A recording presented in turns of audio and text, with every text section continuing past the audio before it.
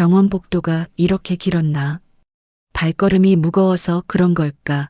아니면 정말로 끝이 보이지 않아서 그런 걸까?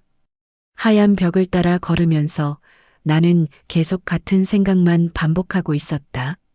경도인지장애에서 초기 치매로 진행된 것 같습니다. 의사의 목소리가 귓가에 맴돌았다. 차분하고 전문적인 톤이었지만 내게는 마치 천둥 소리처럼 들렸다. 그 순간 진료실 안의 모든 것이 흔들리는 것 같았다. 의사의 입술이 움직이는 것도, 컴퓨터 화면에 떠 있는 뇌 영상도, 심지어 내 손에 쥔 진료 차트도. 아직 초기 단계이시니까 진행 속도를 늦출 수 있는 약물 치료를 시작해 보겠습니다. 가족분들과 상의해서.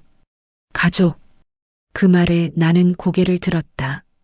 가족들한테는 제가 직접 말씀드릴게요.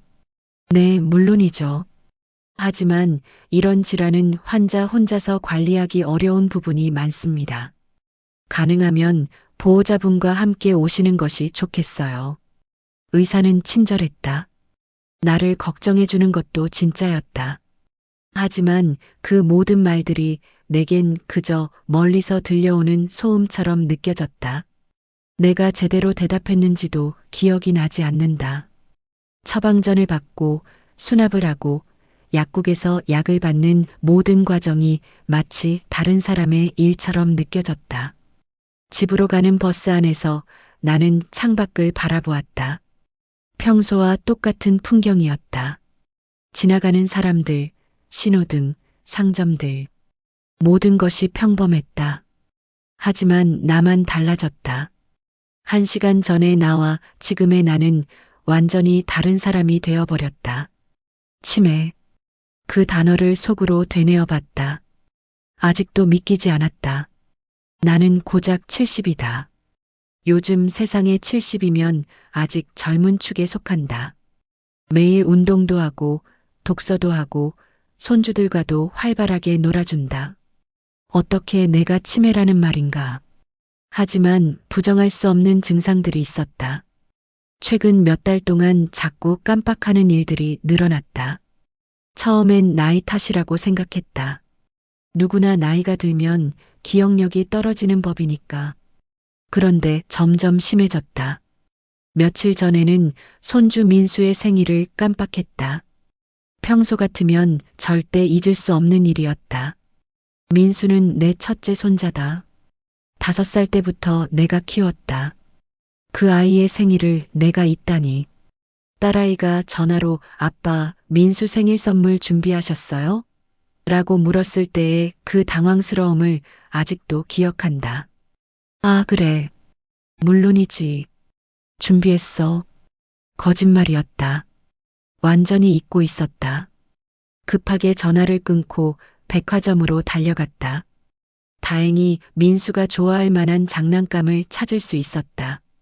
하지만 그때의 그 두려움, 내가 가장 사랑하는 손주의 생일을 잊었다는 사실에 대한 충격은 쉽게 잊혀지지 않았다. 그것뿐만이 아니었다. 가스레인지를 켜놓고 깜빡한 적도 있었고 약속 시간을 헷갈린 적도 여러 번 있었다. 친구들과의 모임에서 같은 이야기를 반복해서 했다가 그 이야기 아까 했잖아라는 말을 들었을 때의 그 민망함도 기억난다. 가족들은 아직 모른다.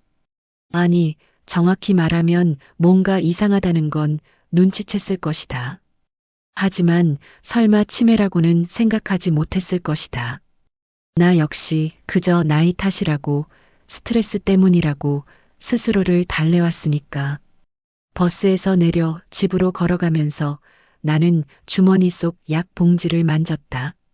작은 봉지였지만 무게가 엄청나게 느껴졌다. 이 작은 봉지 안에 내 남은 인생이 들어있는 것 같았다. 현관문을 열고 집 안으로 들어섰다. 아내가 부엌에서 저녁 준비를 하고 있었다. 평소와 똑같은 모습이었다. 벌써 왔어? 병원에서 뭐라고 하던? 아내가 고개를 내밀며 물었다. 그 순간 나는 말이 막혔다. 뭐라고 대답해야 할까? 정말 모든 걸 말해야 할까? 아내의 얼굴에 드리워질 그 절망감을 나는 감당할 수 있을까? 별거 아니야. 혈압약 좀 바꿔주더라고. 또 거짓말을 했다. 아내는 다행이네라며 다시 부엌으로 들어갔다. 나는 그 자리에 서서 한참을 멍하니 있었다. 거실 소파에 앉아 약 봉지를 꺼냈다. 돈의 폐질이라고 적힌 약병이 보였다. 의사가 설명해준 치매 진행 억제 약물이었다. 하루에 한 번 저녁 식사 후에 복용하라고 했다. 약병을 바라보면서 나는 생각했다. 이 약을 먹기 시작하면 정말 현실이 되는 것 같았다. 아직까지는 병원에서 들은 말이 꿈처럼 느껴졌는데 이 약을 먹는 순간부터는 진짜 치매 환자가 되는 것 같았다. 하지만 먹어야 했다. 조금이라도 진행 속도를 늦출 수 있다면 먹어야 했다. 나는 약병을 다시 봉지에 넣고 서랍 깊숙이 숨겼다. 적어도 오늘은 아무도 모르게. 저녁 시간이 되어 온 가족이 모였다. 큰딸 은정이와 사위, 그리고 민수. 작은딸 은혜는 결혼 후 멀리 이사해서 자주 오지 못하지만 큰딸은 일주일에 2번은 꼭 들른다. 특히 오늘은 내가 병원에 갔다는 얘기를 듣고 일부러 들른 것 같았다. 아버지, 병원에서 뭐라고 하셨어요? 별거 아니야. 혈압이 좀 높다고 해서 약만 바꿔줬어. 같은 거짓말을 또 했다. 은정이는 안심했는지 다행이네요. 요즘 깜빡하시는 것 같아서 혹시나 했어요 라고 말했다. 깜빡하는 것 같다고? 가족들도 눈치챘구나. 가슴이 철렁 내려앉았다. 나이 들면 다 그런 거야. 내 엄마도 요즘 자주 깜빡하잖아. 아빠가 더 심해졌어요. 지난번에 민수 생일도 깜빡하셨고 저번 주에는 같은 이야기를 3번이나 하셨거든요. 은정이의 말에 나는 더 이상 뭐라고 할 말이 없었다. 그렇게 티가 났나? 나는 평소와 똑같이 행동했다고 생각했는데. 할아버지, 괜찮아요? 민수가 내 손을 잡으며 물었다. 아이의 따뜻한 손을 느끼면서 나는 울컥했다. 이 아이가 자라면서 나를 기억할까? 아니면 치매에 걸린 할아버지로만 기억하게 될까? 괜찮다, 민수야. 할아버지는 괜찮아. 하지만 괜찮지 않았다. 전혀 괜찮지 않았다. 나는 무서웠다. 앞으로 어떻게 될지, 언제까지 이 사실을 숨길 수 있을지, 언제 가족들에게 말해야 할지 모든 것이 무서웠다. 식사 후 가족들이 돌아가고 나서 나는 조용히 약을 꺼냈다. 첫 번째 치매약. 물과 함께 삼키면서 나는 다시 한번 현실을 받아들여야 했다. 아내가 설거지를 하는 소리가 부엌에서 들려왔다. 평범한 일상의 소리였다. 하지만 이제 그 평범함이 언제까지 지속될 수 있을지 알 수 없었다. 나는 거실 창문으로 다가가 밤하늘을 올려다보았다. 별들이 반짝이고 있었다. 예전에 민수와 함께 별자리를 찾아보며 놀았던 기억이 떠올랐다. 그때 민수가 할아버지는 모든 걸 다 알아요. 라고 말했던 것도 기억난다. 모든 걸 다 안다고? 이제는 아무것도 모르겠다. 내일이 어떨지, 다음 달이 어떨지, 1년 후에 나는 어떤 모습일지. 모든 것이 불확실했다. 하지만 한 가지는 확실했다. 적어도 지금 당장은 가족들에게 말할 수 없다는 것. 아직 받아들일 준비가 되지 않았다. 나 자신도 받아들이지 못했는데 어떻게 가족들에게 말할 수 있겠는가. 더 지켜보자. 약물 치료 효과도 확인해보고 내 상태도 더 정확히 파악해보자. 혹시나 하는 마음도 있었다. 의사가 틀렸을 수도 있지 않을까? 아직 확정적인 건 아니지 않을까? 하지만 마음 깊숙한 곳에서는 알고 있었다.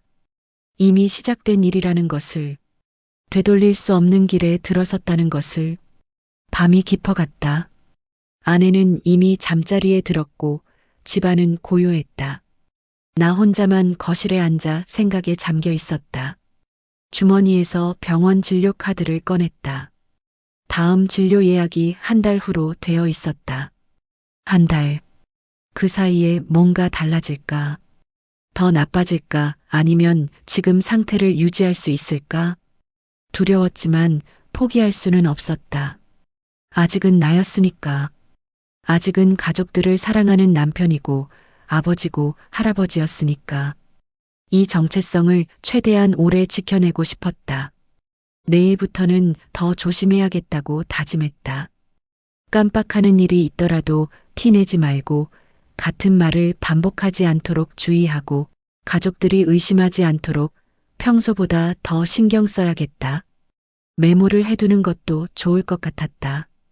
중요한 일들은 다 적어두고 하루에 한 번씩 확인하자. 그러면 깜빡하는 일을 줄일 수 있을 것이다. 시계를 보니 밤 11시가 넘어가고 있었다. 이제 잠자리에 들어야 할 시간이었다. 하지만 잠이 올 것 같지 않았다. 온통 병원에서 들은 말들로 머리가 가득했다. 초기 단계입니다. 적절한 치료와 관리를 받으시면 진행 속도를 늦출 수 있어요. 가족분들의 도움이 매우 중요합니다. 정기적으로 병원에 오셔서 상태를 확인해야 합니다. 의사의 말들이 계속 맴돌았다. 모든 말이 맞았다. 하지만 지금 당장은 실천하기 어려웠다. 가족들에게 말하는 것도 도움을 요청하는 것도 아내가 자는 소리가 침실에서 들려왔다. 40년을 함께 산 아내. 내가 아파도 묵묵히 옆에서 지켜봐 주던 사람. 그런 아내에게 이런 소식을 어떻게 전해야 할까? 아내는 나보다 감정적이다. 이런 소식을 들으면 분명 크게 충격을 받을 것이다. 밤새 울지도 모른다. 그런 모습을 보는 것도 나는 견딜 수 없을 것 같았다. 차라리 혼자 감당하는 게 나을까? 아니면 언젠가는 말해야 할까? 언제가 적절한 시기일까? 상태가 더 나빠졌을 때? 아니면 지금이라도 솔직히 털어놓는 것이 나을까? 답이 없었다. 이런 상황에서는 정답이 없는 것 같았다. 어떤 선택을 하든 누군가는 상처받을 수밖에 없었다. 나는 천천히 일어나 침실로 향했다. 아내 옆에 누워 눈을 감았지만 잠은 쉽게 오지 않았다. 머릿속에서는 온갖 생각들이 꼬리에 꼬리를 물고 이어졌다. 만약 상태가 더 나빠진다면? 만약 가족들이 먼저 눈치챈다면? 만약 어느 날 갑자기 아무것도 기억하지 못하게 된다면? 하지만 그런 생각들 사이로 다른 생각도 스며들었다. 아직은 괜찮다는 생각. 아직은 나 자신이라는 생각. 아직은 사랑하는 사람들을 기억한다는 생각. 그래, 아직은 괜찮다. 오늘 하루도 무사히 넘겼지 않은가. 가족들과 함께 저녁도 먹고 민수와도 이야기했고 아내와도 평범한 대화를 나눴다. 혹시나 해서 마지막으로 오늘 하루를 정리해 봤다. 아침에 일어나서 운동을 했고 신문을 읽었고 병원에 갔다. 그리고 저녁에 가족들과 시간을 보냈다. 모든 것을 기억하고 있었다. 기억하고 있다. 아직은 기억하고 있다. 이 생각에 조금이나마 안심이 되었다. 잠이 올 때까지 나는 오늘 하루 있었던 일들을 차근차근 되짚어 봤다. 기억한다는 것을 확인하기 위해서 새벽이 되어서야 겨우 잠이 들었다. 꿈에서도 나는 병원에 있었다. 하지만 꿈속에서는 의사가 다른 말을 했다. 잘못 진단했습니다. 아무 문제 없어요. 꿈에서라도 그런 말을 듣고 싶었나 보다. 하지만 꿈은 꿈일 뿐이었다. 아침이 되면 다시 현실과 마주해야 한다. 치매라는 진단과 함께. 하지만 적어도 오늘 하루만큼은 아무도 모르게 지낼 수 있을 것이다. 그것만으로도 다행이었다. 혼자 알게 된 이 무거운 비밀을 적어도 오늘은 혼자 감당할 수 있을 것 같았다. 진단을 받은 지 2주가 지났다. 이 2주가 내 인생에서 가장 긴 시간처럼 느껴졌다. 매일 아침 일어날 때마다 나는 어제의 일들을 하나씩 확인했다. 무엇을 했는지, 누구를 만났는지, 무슨 말을 했는지. 다행히 아직까지는 모든 것을 기억하고 있었다. 하지만 완전히 똑같지는 않았다. 예전보다 훨씬 더 신경을 써야 했다. 마치 줄타기를 하는 것 같았다.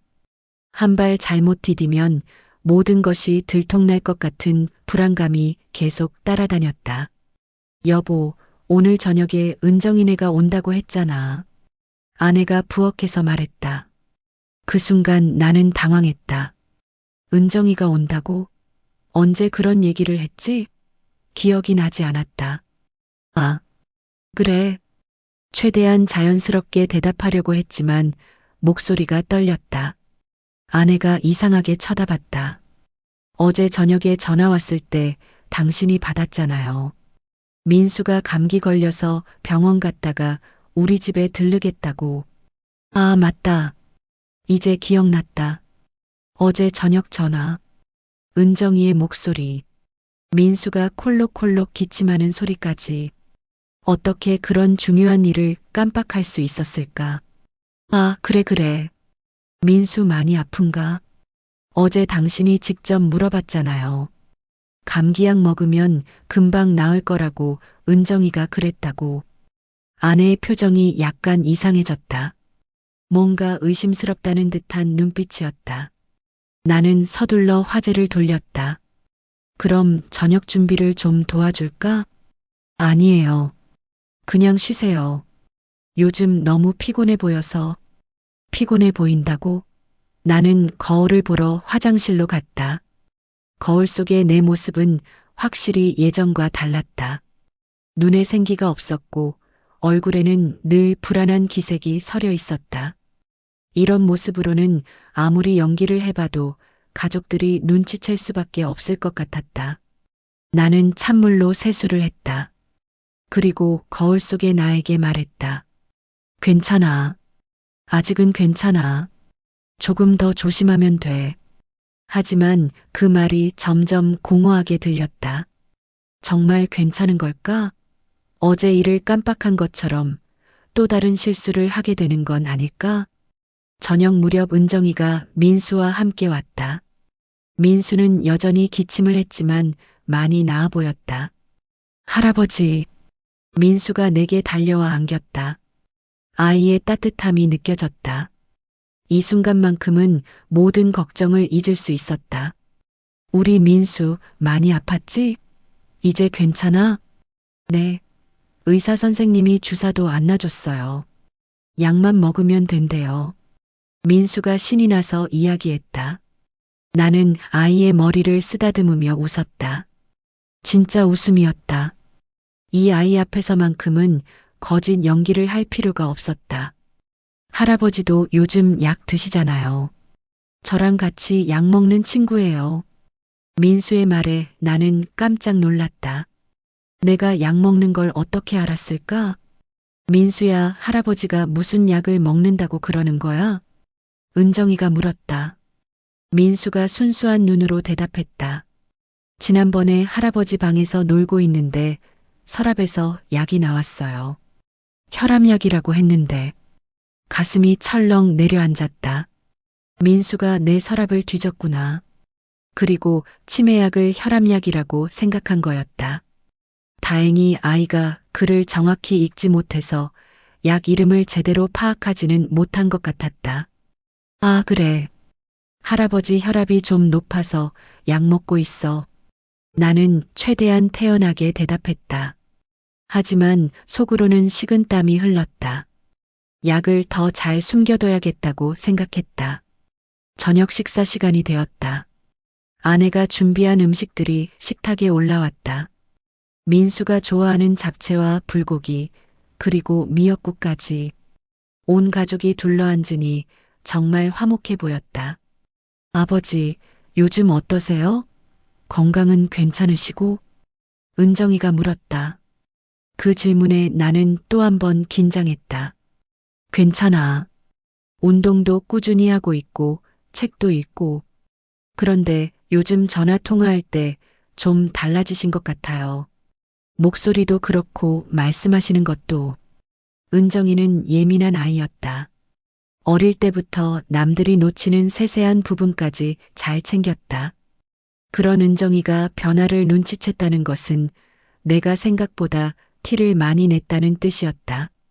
나이 들어서 그런가 보다. 별거 아니야. 하지만 은정아, 아빠가 괜찮다고 하시는데 너무 걱정하지 마. 아내가 은정이를 말렸다. 하지만 은정이의 눈빛에서는 여전히 걱정이 사라지지 않았다. 식사를 하면서 나는 조심스럽게 대화에 참여했다. 평소보다 말을 적게 했고 질문을 받으면 짧게 대답했다. 혹시나 실수할까 봐서였다. 할아버지, 지난번에 읽어주신 옛날 이야기 또 해주세요. 민수가 말했다. 옛날 이야기? 언제 그런 이야기를 해줬지? 기억이 나지 않았다. 무슨 이야기? 토끼와 거북이 이야기요. 할아버지가 말씀해 주신 거. 아, 맞다. 지난주에 민수에게 토끼와 거북이 이야기를 해준 적이 있었다. 하지만 그 기억이 흐릿했다. 정확히 어떻게 이야기했는지 기억나지 않았다. 그래, 토끼와 거북이. 나는 망설였다. 평소라면 자신있게 이야기해 줄 수 있었는데 지금은 중간에 말을 잃을까봐 두려웠다. 제가 대신 해줄까요? 은정이가 나서서 민수에게 이야기를 해주기 시작했다. 나는 안도했다. 동시에 자책감도 들었다. 손주에게 이야기 하나 제대로 해주지 못하다니. 저녁 시간이 지나고 은정이네가 돌아간 후 나는 혼자 거실에 앉아 있었다.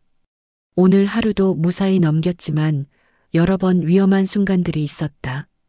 은정이의 전화를 깜빡한 것, 민수가 약을 본 것, 옛날 이야기를 기억하지 못한 것. 여보, 괜찮아요?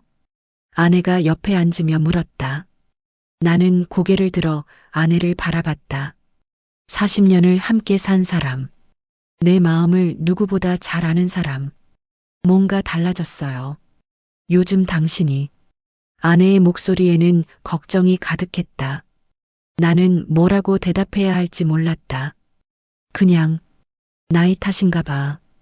단순히 나이 탓은 아닌 것 같은데. 병원에서 정말 별일 없다고 했어요? 아내가 다시 물었다. 그 순간 나는 모든 것을 털어놓고 싶은 충동이 들었다. 더 이상 혼자 감당하기 힘들었다. 하지만 아내의 얼굴을 보니 차마 말할 수가 없었다. 정말 별일 없어. 걱정하지 마.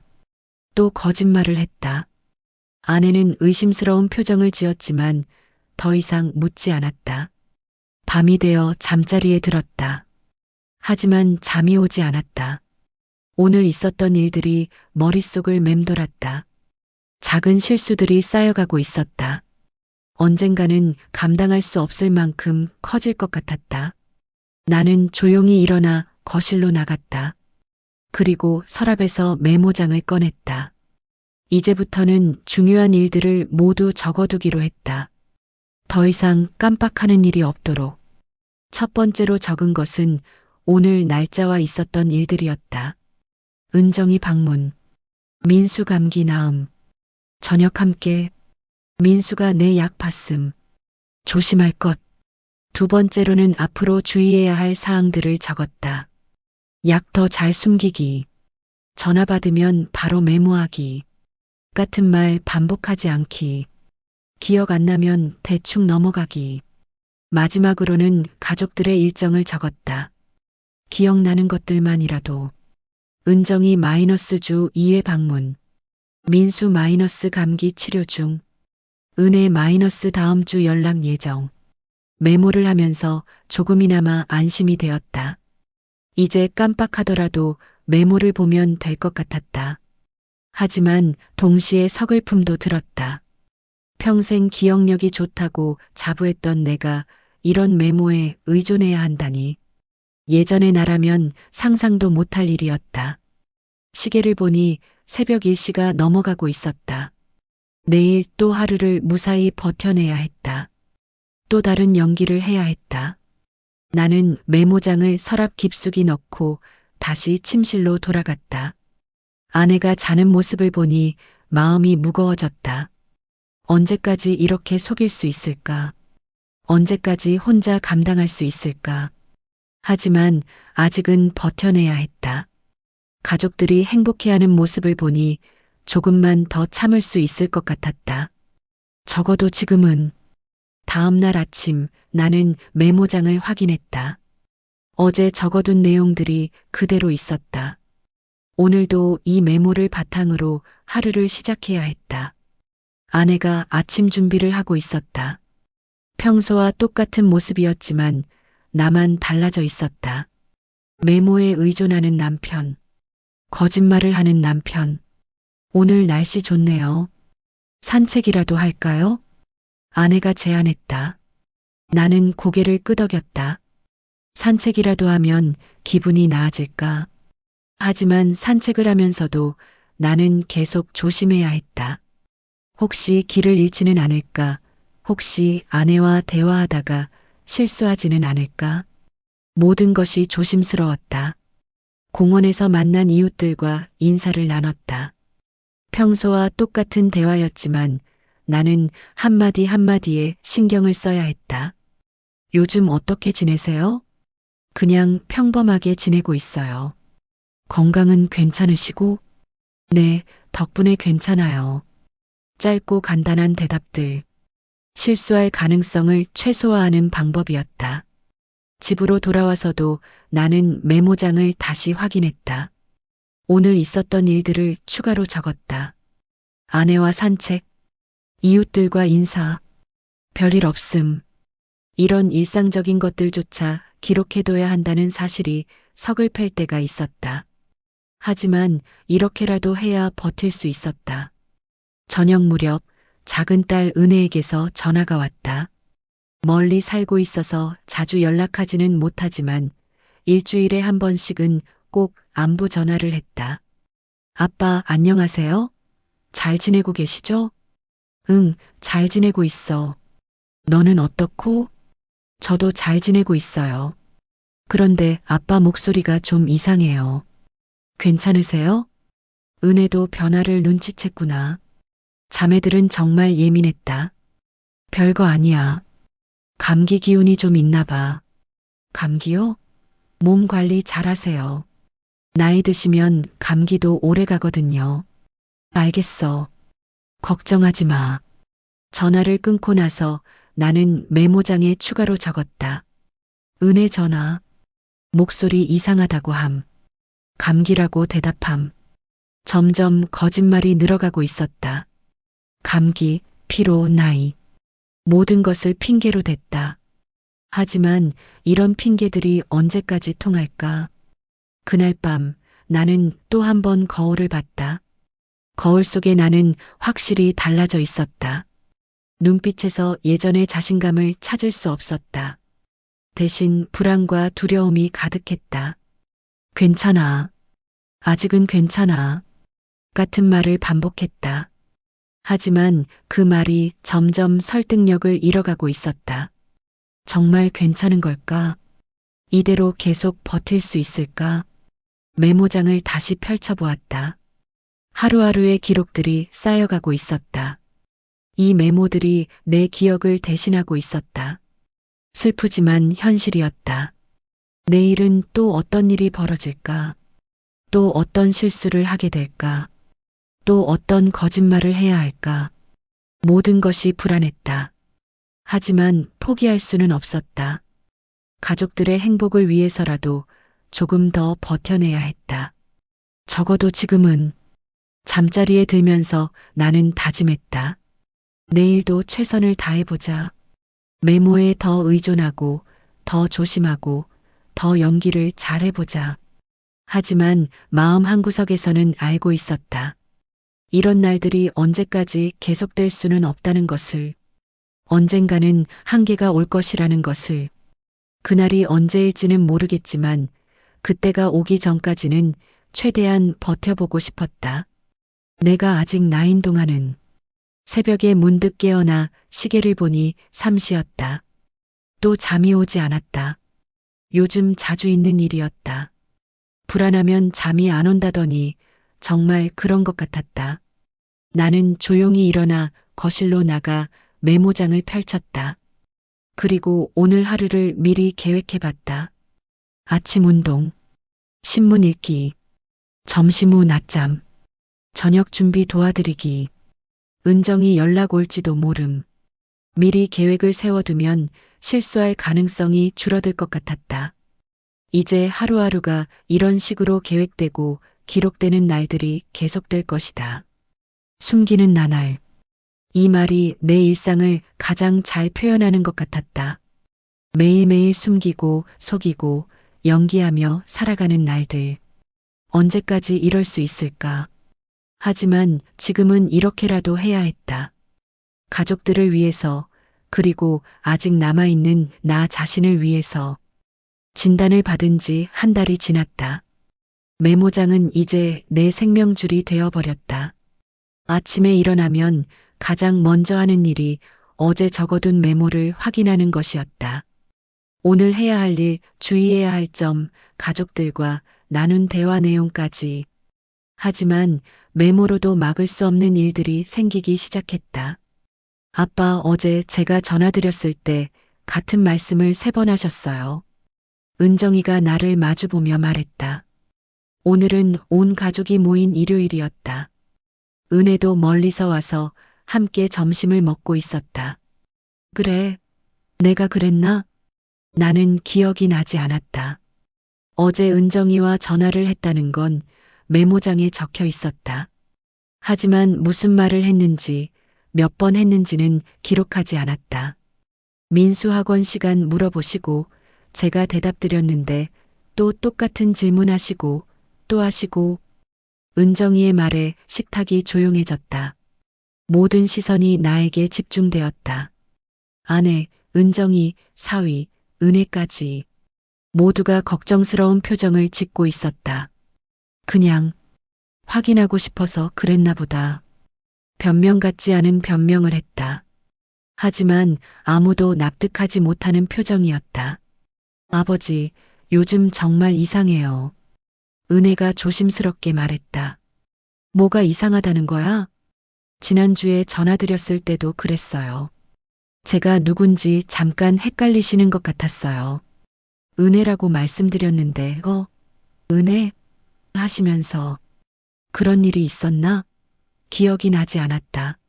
아니, 정확히는 기억이 흐릿했다. 요즘 모든 일이 안개 속에 있는 것처럼 흐려져 있었다. 그냥 깜짝 놀라서 그랬을 거야.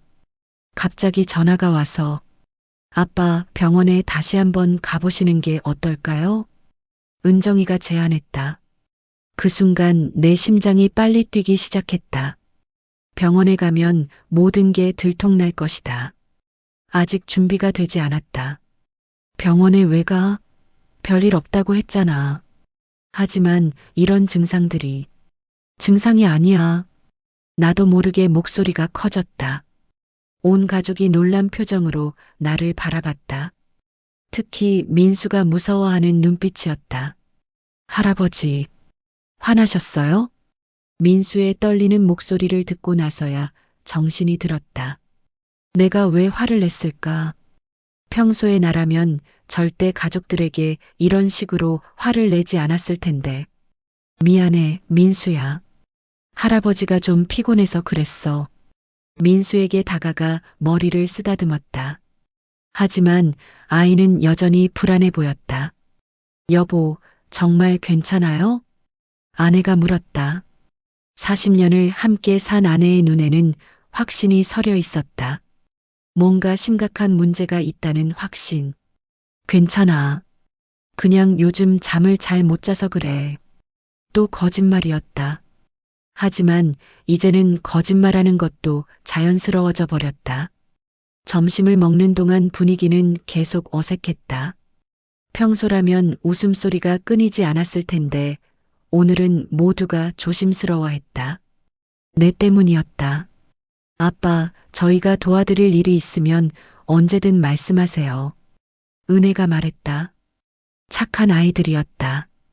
하지만 그 마음이 더욱 미안했다. 도움이 필요하면 말할게. 걱정하지 마.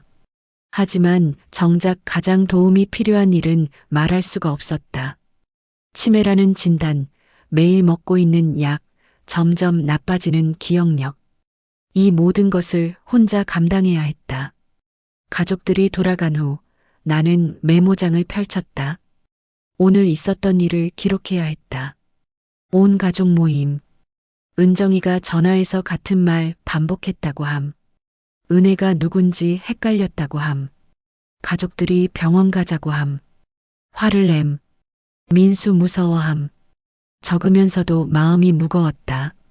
상황이 점점 나빠지고 있다는 게 눈에 보였다. 여보, 이제 정말 솔직하게 말해줘요. 아내가 내 옆에 앉으며 말했다. 진지한 표정이었다. 뭘 말해? 병원에서 정말 아무 말 안 했어요? 정말 혈압약만 바꿔준 거예요? 아내의 눈빛이 날카로워졌다. 더 이상 속일 수 없다는 걸 직감했다. 하지만 그래도 끝까지 버텨보고 싶었다. 그럼 뭐 다른 말을 했겠어? 모르겠어요. 하지만 분명 뭔가 있을 거예요. 당신이 이렇게 변할 리가 없어요. 아내의 목소리에 확신이 담겨 있었다. 나를 누구보다 잘 아는 사람이었으니까. 그냥 나이 들어서 그런 거야. 너무 걱정하지 마. 나이 들어서? 이제 겨우 70인데? 70이면 충분히 늙은 거지. 당신 아버지는 80이 넘어서도 정정하셨잖아요. 아내 말이 맞았다. 아버지는 80이 넘어서도 정신이 맑으셨다. 나보다 훨씬 나이가 많으셨는데도 사람마다 다른 거지 뭐. 병원에 같이 가요. 제대로 검사 받아봐요. 싫어. 괜찮다고 했잖아. 괜찮지 않아요. 어떻게 이런 걸 괜찮다고 하는 거예요? 아내의 목소리가 높아졌다. 평소에 차분한 아내가 이렇게 화를 내는 건 정말 드문 일이었다. 뭐가 괜찮지 않다는 거야. 나도 덩달아 목소리가 커졌다. 왜 자꾸 화가 날까? 예전의 나라면 이렇게 감정적으로 대응하지 않았을 텐데. 당신이 변했어요. 완전히 다른 사람이 되었어요. 아내의 눈에 눈물이 맺혔다. 그 모습을 보니 마음이 아팠다. 하지만 아직 말할 수는 없었다. 나는 그대로야. 하나도 변한 게 없어. 변했어요. 기억도 안 나고 같은 말도 반복하고 성격도 예민해지고 아내의 말 하나하나가 가슴에 박혔다. 모든 것이 사실이었다. 하지만 인정하고 싶지 않았다. 그만해. 나는 자리에서 일어났다. 더 이상 이 대화를 계속할 수 없었다. 어디 가요? 산책 좀 하고 올게. 집을 나서면서 뒤에서 아내가 우는 소리가 들렸다. 가슴이 찢어지는 것 같았다. 하지만 돌아갈 수 없었다. 동네를 걸으면서 나는 생각했다. 언제까지 이럴 수 있을까? 가족들의 의심은 점점 커지고 있고 내 상태는 점점 나빠지고 있다. 공원 벤치에 앉아 하늘을 올려다봤다. 구름이 천천히 움직이고 있었다.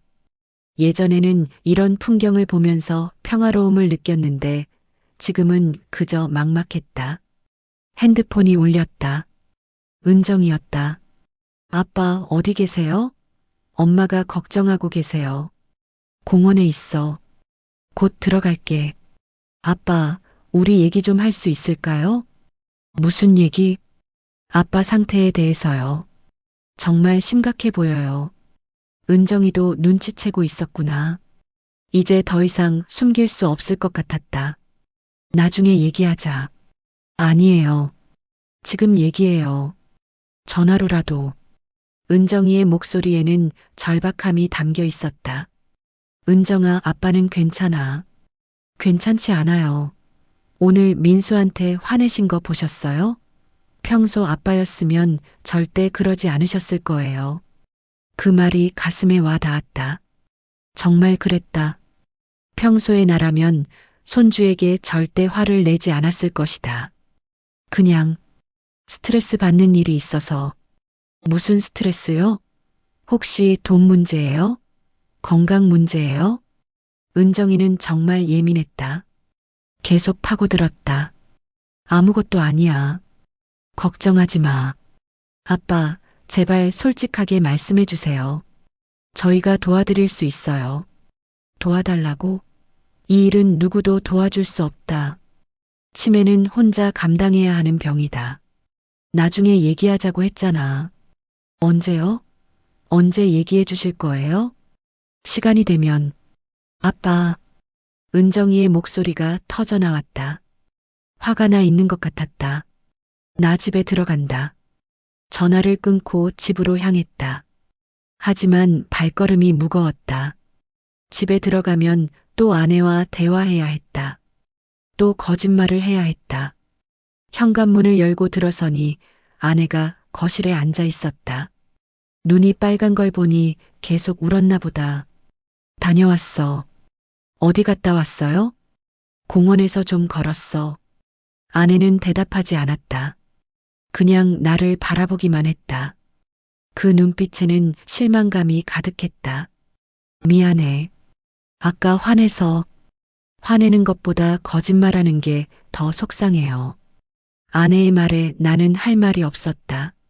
정말 거짓말을 하고 있었으니까. 거짓말이 아니야. 그럼 뭐예요? 분명 뭔가 숨기고 있는 거잖아요. 아내가 일어나서 내 앞에 섰다. 병원에서 뭔가 들었죠?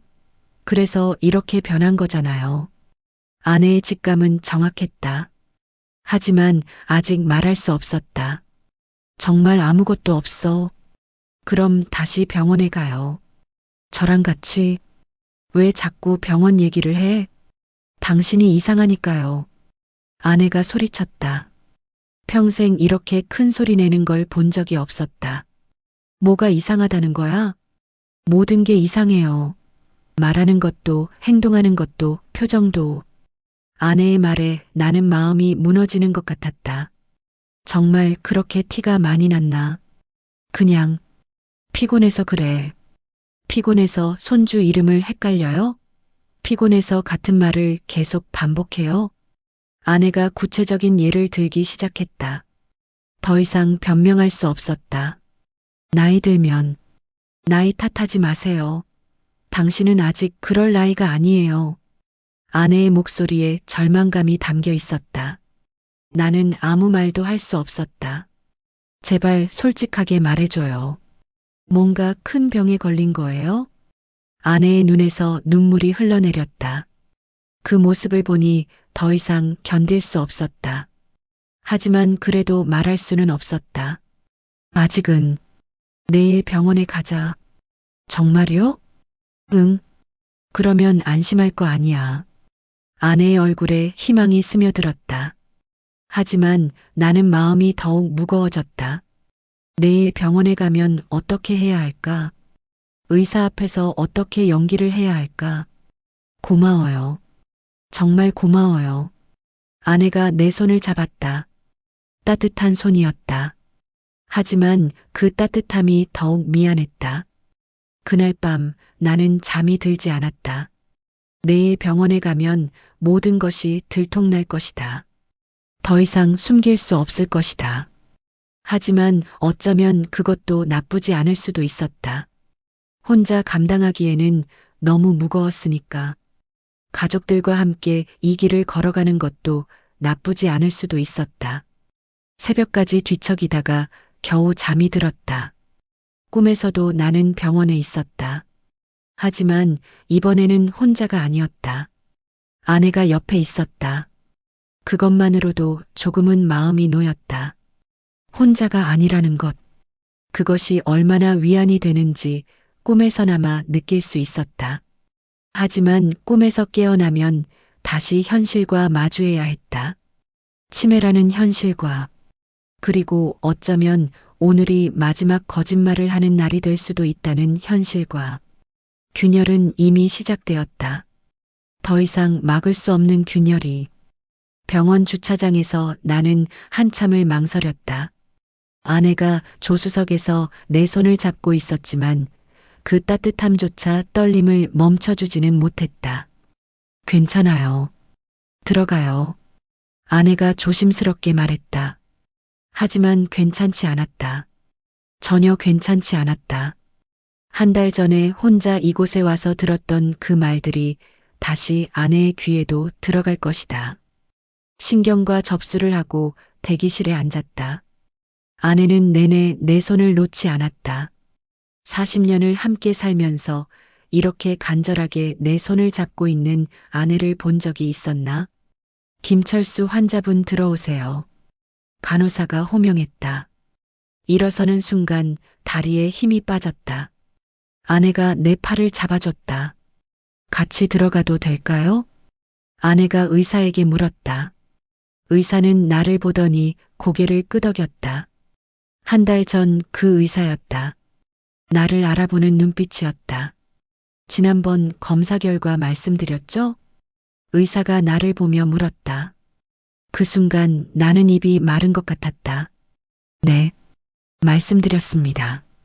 그런데 보호자분께는 의사가 아내를 쳐다봤다. 아내가 나를 바라봤다. 그 눈빛에는 이미 예감이 담겨 있었다. 아직 말씀드리지 못했습니다. 내 목소리는 겨우 들릴 정도로 작았다. 아내의 손이 내 손을 더 세게 잡았다. 어떤 결과인가요? 아내가 떨리는 목소리로 물었다. 의사는 잠시 망설이더니 컴퓨터 화면을 돌려서 보여줬다. 경도인지장애에서 초기 치매 단계로 진행된 상태입니다. 치매. 그 단어가 진료실에 울려 퍼졌다. 아내의 손에서 힘이 빠지는 게 느껴졌다. 치매. 아내가 중얼거렸다. 믿을 수 없다는 표정이었다. 초기 단계라서 적절한 약물 치료와 관리를 받으시면 진행을 늦출 수 있습니다. 이미 치료는 시작하고 계시고요. 의사의 말을 듣고 아내가 나를 바라봤다. 그 눈빛에는 배신감이 담겨 있었다. 언제부터 알고 계셨어요? 한 달 정도. 한 달? 아내의 목소리가 높아졌다. 한 달 동안 혼자 알고 계셨다는 말이에요? 나는 고개를 들 수 없었다. 의사가 상황을 눈치채고 조심스럽게 말했다. 환자분들이 가족에게 말씀드리기 어려워하시는 경우가 많습니다. 충분히 이해할 수 있는 반응이에요. 하지만 아내에게는 이해할 수 없는 일이었을 것이다. 40년 동안 모든 걸 함께 나눠온 부부가 이런 중대한 일을 숨겼다는 것이. 진료실을 나온 후 아내는 한동안 말을 하지 않았다. 주차장으로 걸어가는 동안, 차에 타는 동안, 집까지 가는 동안 계속 침묵이었다. 집에 도착해서야 아내가 입을 열었다. 왜 말 안 했어요? 미안해. 미안하다고요? 그게 말이 돼요? 아내가 처음으로 화를 냈다. 하지만 화라기보다는 상처받은 목소리였다. 한 달 동안 혼자 그 무거운 걸 감당했다는 말이에요? 너한테 걱정 끼치고 싶지 않았어. 걱정 끼치고 싶지 않았다고요? 저는 당신 아내예요. 같이 걱정해야 하는 사람이에요. 아내가 울기 시작했다. 나는 그 모습을 보고 있을 수가 없었다. 미안해, 정말 미안해. 미안하다고 되는 게 아니에요. 당신 혼자 얼마나 힘들었을까요? 저는 왜 눈치도 못 챘을까요? 아내가 자책하기 시작했다. 그게 더 견디기 힘들었다. 당신 잘못이 아니야. 내가 숨긴 거야. 왜요? 왜 숨겼어요? 정말 왜였을까? 나도 정확히 알 수 없었다. 두려웠던 것 같다. 아내가 슬퍼할 모습을, 가족들이 절망할 모습을 보기가 무서웠어. 뭐가 무서웠어요? 너희들이 슬퍼할까봐, 절망할까봐. 그래서 혼자 절망하고 계셨던 거예요? 아내의 말에 나는 할 말이 없었다. 정말 그랬다. 혼자 절망하고, 혼자 두려워하고, 혼자 싸우고 있었다. 이제 어떻게 해야 해요? 아내가 물었다. 현실적인 질문이었다. 의사가 약 먹으면서 지켜보자고 했어. 그걸 묻는 게 아니에요. 우리가 어떻게 해야 하느냐는 거예요. 아내의 말에 나는 생각해 봤다. 정말 우리는 어떻게 해야 할까? 모르겠어. 나도 처음 겪는 일이야. 아이들한테도 말해야죠. 아이들, 은정이와 은혜. 어떻게 말해야 할까? 어떤 반응을 보일까? 아직은 뭐예요? 또 숨기실 건가요? 아내가 날카롭게 반응했다. 그게 아니라, 그럼 뭐예요? 저처럼 한 달 동안 속이실 건가요? 나는 더 이상 반박할 수 없었다. 아내 말이 맞았다. 은정이부터 말하자. 왜 은정이부터요? 가장 눈치챈 것 같아서. 아내가 고개를 끄덕였다. 은정이는 정말 예민했다. 벌써 여러 번 의심을 표했다. 언제 말할까요? 오늘? 오늘이요? 아내가 놀란 표정을 지었다. 미루면 더 힘들어질 것 같아. 아내가 잠시 생각하더니 고개를 끄덕였다. 그럼 저녁에 와달라고 할게요. 아내가 은정이에게 전화를 걸었다. 나는 그 모습을 지켜보면서 가슴이 두근거렸다. 이제 정말 시작되는 거구나. 은정아, 엄마야. 오늘 저녁에 아빠랑 얘기할 게 있어서 시간 되면 와줄래? 전화 너머로 은정이의 목소리가 들렸다. 뭔가 심각한 일인지 묻는 것 같았다. 응, 좀 중요한 얘기야.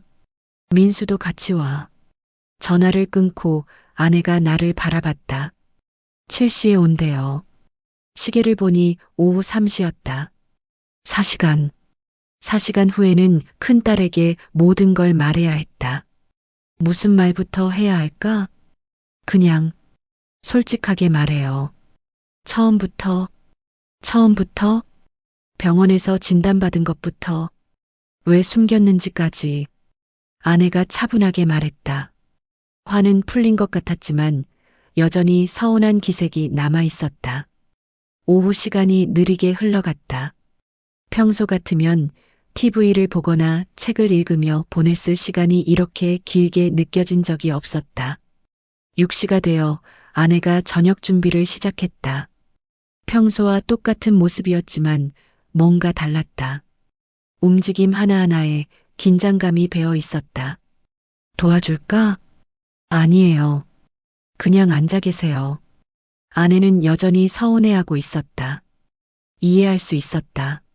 나라도 같은 상황이었다면 서운했을 것이다. 7시 정각에 현관벨이 울렸다. 은정이와 민수였다. 안녕하세요. 은정이가 들어오면서 인사했다.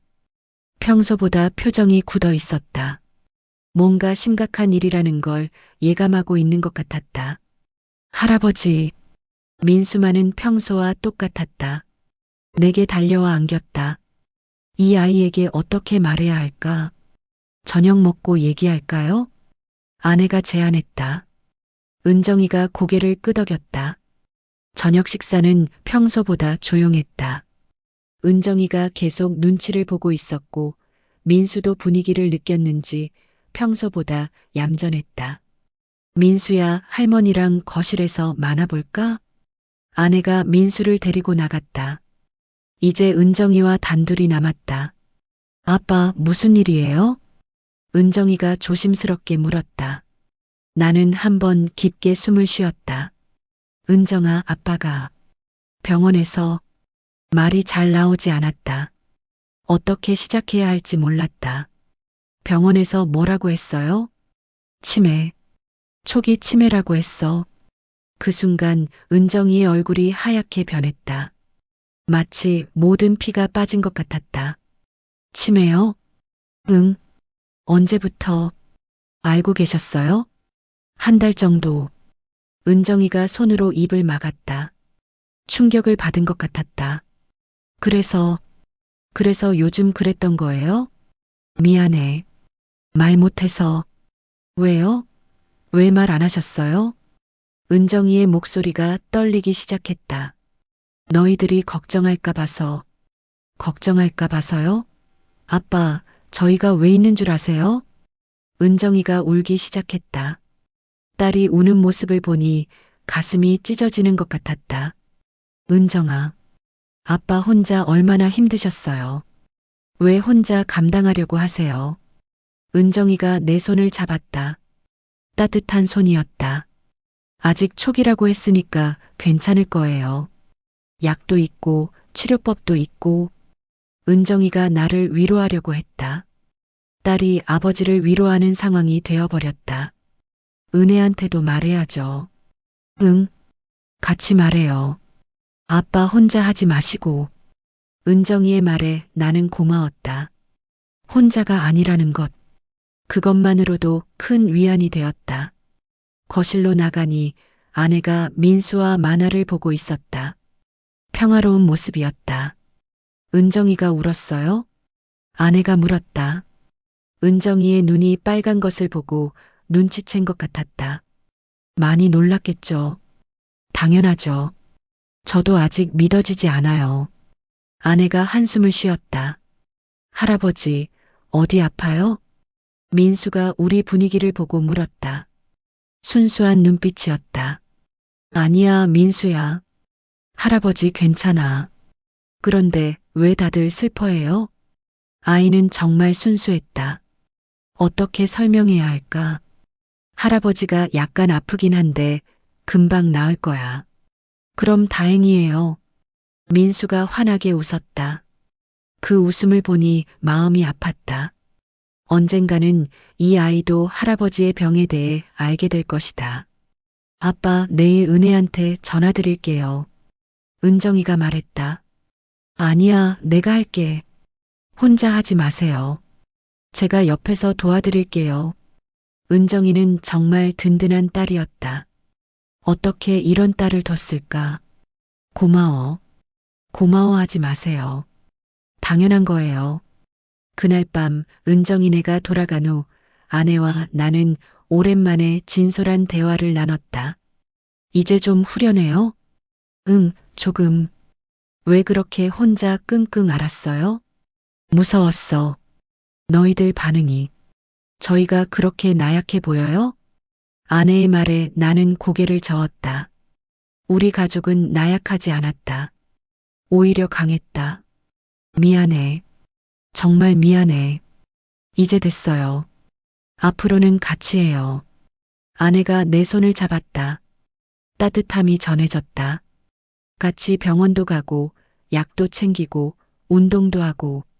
고마워. 고마워할 일이 아니에요. 부부잖아요. 부부. 40년을 함께 산 부부. 이제 새로운 도전을 함께 헤쳐나가야 할 부부. 내가 나중에 많이 힘들어질 텐데. 그때 가서 생각해요. 지금은 지금이니까. 아내의 현실적인 태도가 고마웠다. 미래를 걱정하기보다는 현재에 집중하자는 것. 은혜는 어떻게 반응할까? 놀라겠지만 은정이처럼 받아들일 거예요. 우리 딸들 강해요. 정말 그럴까? 은혜는 멀리 살고 있어서 자주 못 보는데 이런 소식을 듣고 어떻게 반응할까? 내일 전화해 볼게. 혼자 하지 마시고 저도 같이 해요. 응. 그날 밤은 오랜만에 편안하게 잘 수 있었다. 더 이상 혼자가 아니라는 안도감 때문이었을까? 아내가 옆에서 잠든 모습을 보니 마음이 놓였다. 내일은 은혜에게 말해야 한다. 그리고 그 다음에는 뭘 해야 할까? 의사가 말한 대로 약물 치료를 받으면서 지켜보는 것. 그리고 가족들과 함께 이 길을 걸어가는 것. 혼자가 아니라는 것. 그것이 가장 큰 위안이었다. 한 달 동안 혼자 감당했던 무게가 이제는 나누어질 것이다. 물론 앞으로도 힘든 일들이 많을 것이다. 하지만 혼자가 아니라면 이겨낼 수 있을 것 같았다. 진실을 말하는 것. 그것이 용기였다. 한 달 동안 못했던 용기를 오늘에야 낼 수 있었다. 늦었지만 그래도 다행이었다. 아내의 잠든 모습을 보면서 나는 다짐했다. 앞으로는 숨기지 말자. 힘든 일이 있어도 함께 나누자. 그것이 가족이니까. 새벽에 잠깐 깨어나 시계를 봤다. 4시였다. 평소라면 불안해서 잠을 못 이뤘을 텐데 오늘은 다시 잠이 들었다.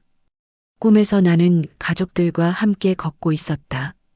어디로 가는지는 모르겠지만 혼자가 아니었다. 그것만으로도 충분했다. 은혜에게 전화를 걸기 전 나는 한참을 망설였다. 어제 은정이에게 말했을 때보다 더 떨렸다. 멀리 살고 있는 작은 딸에게 이런 소식을 어떻게 전해야 할까? 제가 먼저 얘기할까요? 아내가 옆에서 제안했다. 은정이도 함께 있었다. 어제 일찍 와서 하루 더 머물기로 한 것이다. 아니야, 내가 할게. 나는 전화를 걸었다. 몇 번의 신호음 후에 은혜의 밝은 목소리가 들렸다. 아빠, 안녕하세요. 응, 은혜야. 잘 지내고 있지? 네, 잘 지내고 있어요. 아빠는 어떠세요? 평소와 똑같은 대화였다. 하지만 이제는 모든 것이 달라질 것이다. 은혜야, 아빠가 얘기할 게 있어서. 네, 뭔데요? 목소리에 약간의 긴장감이 감돌았다. 어제 은정이가 미리 말했을까 걱정했는데 그런 것 같지는 않았다. 아빠가 병원에서 검사를 받았는데 말이 막혔다. 어떻게 표현해야 할까? 무슨 검사요? 어디 아프세요? 치매. 초기 치매라고 진단받았어. 전화 너머로 숨소리가 들렸다. 은혜가 숨을 크게 들이쉬는 소리였다. 치매요? 응. 긴 침묵이 흘렀다. 전화기 너머로 은혜가 울고 있는 소리가 들렸다. 언제부터 알고 계셨어요? 한 달 정도. 한 달 동안 혼자 계셨어요? 은혜의 목소리가 떨렸다. 은정이와 똑같은 반응이었다. 미안해. 아빠, 왜 혼자 그런 걸 감당하려고 하세요? 너희들이 걱정할까 봐서. 걱정하는 게 당연하잖아요. 저희가 가족인데. 전화 너머로 은혜가 계속 울고 있었다. 가슴이 아팠다. 은혜야, 울지 마. 어떻게 안 울어요? 아빠 혼자 얼마나 힘드셨을까요? 이제 혼자가 아니야. 엄마도 알고, 은정이도 알고. 저도 내려갈게요. 이번 주말에. 아니야, 괜찮아. 멀리서 오지 마. 괜찮지 않아요. 제가 가야죠. 은혜의 목소리에 결연함이 담겨 있었다. 정말 안 와도 돼. 아직 초기라서. 아빠, 제가 가고 싶어요. 아빠 얼굴을 봐야겠어요. 결국 은혜가 이번 주말에 내려오기로 했다. 전화를 끊고 나니 마음이 복잡했다. 기쁘기도 하고 미안하기도 하고. 이제 다 알았네요. 은정이가 말했다. 응, 이제 숨길 일도 없고. 앞으로 어떻게 할 건가요? 현실적인 질문이었다. 어떻게 해야 할까? 의사가 정기적으로 와서 상태 확인하자고 했어. 그리고 약 계속 먹고. 그것만으로 될까요? 모르겠어. 처음 겪는 일이라서. 아내가 끼어들었다. 인터넷에서 찾아봤는데 운동이 많이 도움이 된대요. 그리고 독서도 하고 새로운 것들을 배우는 것도 좋다고 하고. 그래. 그럼 그렇게 해보자. 저도 도와드릴게요. 매일 와서 같이 운동하고 책도 읽고. 은정이가 말했다. 고마운 딸이었다. 아니야, 매일 올 필요는 없어. 아빠, 이제 혼자 하려고 하지 마세요. 은정이의 말에 나는 더 이상 반박할 수 없었다. 그날 오후 우리는 함께 동네를 산책했다. 아내, 은정이, 민수 그리고 나. 오랜만에 온 가족이 함께 걷는 길이었다. 할아버지, 요즘 왜 자꾸 약 드세요? 민수가 물었다. 어제부터 궁금했던 것 같다. 할아버지가 조금 아파서 약 먹고 있어. 많이 아파요? 아니야, 많이 아프지는 않아. 그럼 다행이에요. 민수의 순수한 반응에 모두가 웃었다. 아직 이 아이에게는 자세히 설명할 필요가 없을 것 같았다. 공원에서 만난 이웃들과 인사를 나눴다. 평소와 똑같은 모습이었다. 하지만 이제는 가족들이 내 상태를 알고 있다는 것이 다른 점이었다. 김 씨, 요즘 어떻게 지내세요? 그냥 평범하게 지내고 있어요. 건강은 괜찮으시고? 네, 괜찮아요. 같은 대화를 반복했지만 이제는 마음이 달랐다. 가족들이 함께 있어서 안심이 되었다. 집으로 돌아와서 저녁을 먹으면서 우리는 앞으로의 계획에 대해 이야기했다. 매주 한 번씩은 온 가족이 모이는 게 어떨까요? 은정이가 제안했다. 그러면 좋겠네. 은혜도 가능할 때마다 와서 함께하고. 응, 그렇게 하자. 그리고 아빠 메모하시던 거 계속하세요. 가족 일정이나 중요한 일들. 은정이가 내 메모 습관을 알고 있었다. 너희들도 알고 있으니까 이제 조금 편할 것 같아. 물론이죠. 저희가 도와드릴 수 있는 일들이 많아요. 그날 밤 아내와 나는 오랜만에 깊은 이야기를 나눴다. 이제 좀 마음이 편해졌어요? 응, 많이. 한 달 동안 혼자 얼마나 힘들었을까요? 정말 힘들었어. 매일매일이 줄타기 같았어. 왜 그렇게 혼자 끙끙 앓았어요? 무서웠어. 너희들이 절망할까봐. 저희가 그렇게 약해 보여요? 아니야. 오히려 너무 강해서 미안했어. 아내가 고개를 갸웃했다. 무슨 말이에요? 너희들이 강하다는 걸 알면서도 이런 짐을 지우고 싶지 않았어. 짐이 아니에요. 가족이니까 당연한 거예요. 아내의 말에 나는 마음이 따뜻해졌다. 앞으로 더 힘들어질 텐데. 그때 가서 생각해요. 지금은 지금이니까. 너무 고마워. 고마워할 일이 아니에요. 주말이 되어 은혜가 내려왔다. 오랜만에 보는 작은 딸의 얼굴에는 걱정이 가득했다. 아빠, 은혜가 내게 달려와 안겼다. 오랜만에 느끼는 딸의 따뜻함이었다. 멀리서 왔는데 고생했어. 아빠, 많이 힘드셨죠? 이제 괜찮아. 너희들이 다 알고 있으니까. 정말 혼자 한 달 동안 상상도 못하겠어요. 은혜도 울기 시작했다. 딸들이 우는 모습을 보니 내가 얼마나 잘못했는지 깨달았다. 미안해. 정말 미안해. 이제 됐어요. 앞으로는 같이 해요. 온 가족이 모여 앉아 진지한 대화를 나눴다. 앞으로 어떻게 해야 할지, 누가 무엇을 도와줄지. 아빠 매일 일기 쓰시는 게 어떨까요? 은혜가 제안했다. 일기? 네. 그날 있었던 일들을 적어두시면 기억에도 도움이 될 것 같아요. 그것도 좋은 생각이네. 저희도 돌아가면서 확인해 드릴게요. 고마워. 그리고 새로운 취미 활동도 해보세요. 그림 그리기나 악기 배우기 같은 것들. 은정이가 추가로 제안했다.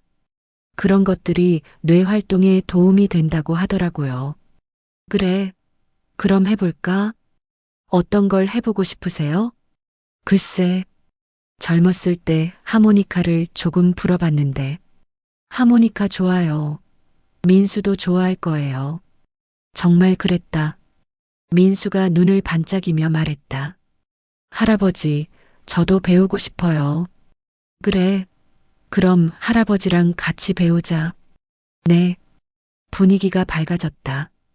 처음으로 치매라는 진단이 절망적으로만 느껴지지 않았다. 일주일 후 나는 다시 병원을 찾았다. 이번에는 혼자가 아니었다. 아내가 함께였다. 가족분들께 말씀하셨군요. 의사가 말했다. 네, 이제 다 알고 있어요. 다행입니다. 가족의 지지가 정말 중요해요. 앞으로 어떻게 해야 할까요? 아내가 구체적으로 물었다. 현재 복용 중인 약물을 계속 드시고 3개월마다 상태를 확인하겠습니다. 그리고 규칙적인 운동과 인지 활동을 꾸준히 하시면 도움이 될 거예요. 인지 활동이요? 독서, 퍼즐, 새로운 것 배우기 등이요. 뇌를 계속 사용하는 것이 중요해요. 하모니카 배우려고 하는데 어떨까요? 아주 좋은 생각입니다. 음악은 뇌에 매우 좋은 자극을 줘요. 의사의 격려에 용기가 났다. 집으로 돌아와서 나는 일기를 쓰기 시작했다. 오늘 있었던 일들을 차근차근 적어 내려갔다. 병원 다녀옴. 아내와 함께. 의사가 하모니카 좋다고 함. 내일 악기점 가볼 예정. 은정이가 저녁에 전화할 것. 민수 하모니카 배우고 싶어 함. 작은 일들이었지만 적어두니까 안심이 되었다. 잊어버려도 이 일기를 보면 기억할 수 있을 것이다. 그날 저녁 은정이가 전화를 했다. 아빠, 오늘 병원 어떠셨어요? 괜찮았어. 의사가 지금처럼 계속하면 된다고 하더라. 다행이에요. 하모니카는 사셨어요? 내일 사러 갈 거야. 민수 것도 같이. 민수가 너무 좋아할 거예요. 정말 그랬다. 다음날 민수와 함께 악기점에 갔을 때 아이는 신이 나서 여러 하모니카를 불어봤다. 할아버지, 이거 예쁘지 않아요? 응, 예쁘다. 그거로 하자. 나도 하나를 골랐다. 오랜만에 불어보는 하모니카였지만 여전히 소리가 났다. 할아버지 잘하세요. 민수가 박수를 쳤다. 그 모습이 너무 귀여웠다. 집으로 돌아와서 우리는 함께 하모니카를 연습했다. 처음에는 소리만 내는 것도 힘들었지만 조금씩 익숙해졌다. 할머니, 와서 들어보세요. 민수가 아내를 불렀다. 우리가 함께 간단한 동요를 연주했다. 서툴렀지만 즐거웠다. 와, 벌써 이렇게 늘었어요? 아내가 박수를 쳐줬다. 과장된 반응이었지만 기분이 좋았다. 한 달이 지났다. 새로운 일상이 자리 잡기 시작했다. 매일 아침 일어나서 일기를 확인하고 오늘 할 일을 적어두고 운동을 하고 하모니카를 연습했다. 가족들도 정말 많이 도와줬다. 은정이는 일주일에 2번씩 와서 함께 운동을 했고 은혜는 주말마다 전화를 해서 안부를 물었다. 아내는 매일 내 곁에서 모든 것을 함께 했다. 무엇보다 민수와의 시간이 즐거웠다. 하모니카를 함께 연습하면서 아이와 더 가까워진 것 같았다. 할아버지, 저보다 빨리 늘어요. 그럴까? 민수가 더 잘하는 것 같은데. 아니에요. 할아버지가 더 잘해요. 이런 대화를 나누면서 치매라는 진단을 잠시나마 잊을 수 있었다. 물론 힘든 순간들도 있었다. 가끔 기억이 안 나는 일들이 있었고 말을 하다가 단어가 생각나지 않을 때도 있었다. 하지만 이제는 혼자가 아니었다. 여보, 그 사람 이름이 뭐였지? 누구요? 아까 공원에서 만난. 아, 이웃집 김씨요? 맞아, 김씨. 이렇게 아내가 도와주니까 훨씬 수월했다. 어느 날 저녁 온 가족이 모여 저녁을 먹으면서 나는 문득 생각했다. 한 달 전만 해도 이 모든 것이 불가능해 보였다. 가족들에게 말하는 것도 함께 이겨내는 것도. 하지만 지금은 달랐다. 치매라는 진단이 여전히 무섭긴 하지만 혼자가 아니라는 것이 큰 힘이 되었다. 아빠, 뭘 그렇게 생각하고 계세요? 은정이가 물었다. 그냥 고맙다는 생각을. 또 고마워하세요. 정말 고마워. 너희들이 있어서. 저희도 고마워요. 아빠가 솔직하게 말씀해 주셔서. 그렇다. 솔직하게 말한 것. 그것이 모든 것의 시작이었다. 밤에 잠자리에 들기 전 나는 창문 밖을 바라봤다. 별들이 반짝이고 있었다.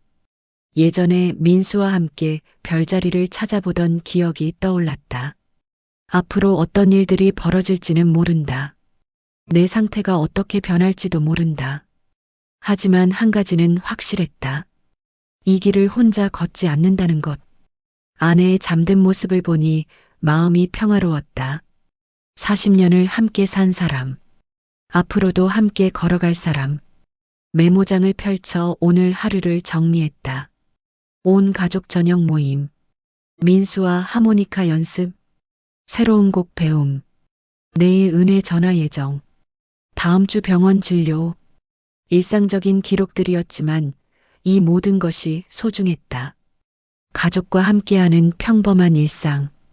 일기장을 덮고 잠자리에 들었다. 내일도 새로운 하루가 시작될 것이다. 치매와 함께하는 하루.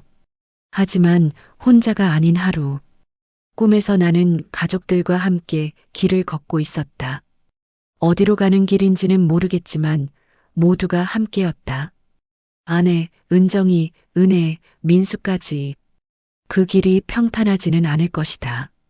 때로는 험하고 어려운 구간도 있을 것이다. 하지만 함께 걸어간다면 이겨낼 수 있을 것이다. 아침 햇살이 창문을 통해 들어올 때까지 나는 평안하게 잠들어 있었다. 오랜만에 악몽 없이 잔 밤이었다. 새로운 하루가 시작되었다. 치매와 함께하는 새로운 인생이 시작되었다. 하지만 더 이상 혼자가 아니었다. 창밖을 바라보니 햇살이 따뜻했다. 이 따뜻함처럼 가족의 사랑이 내게는 가장 큰 힘이 되어줄 것이다. 여보, 일어나세요. 아침이에요. 아내의 부드러운 목소리에 눈을 떴다. 새로운 하루. 함께하는 하루의 시작이었다. 이 길이 혼자가 아니라 다행이다. 정말 다행이다.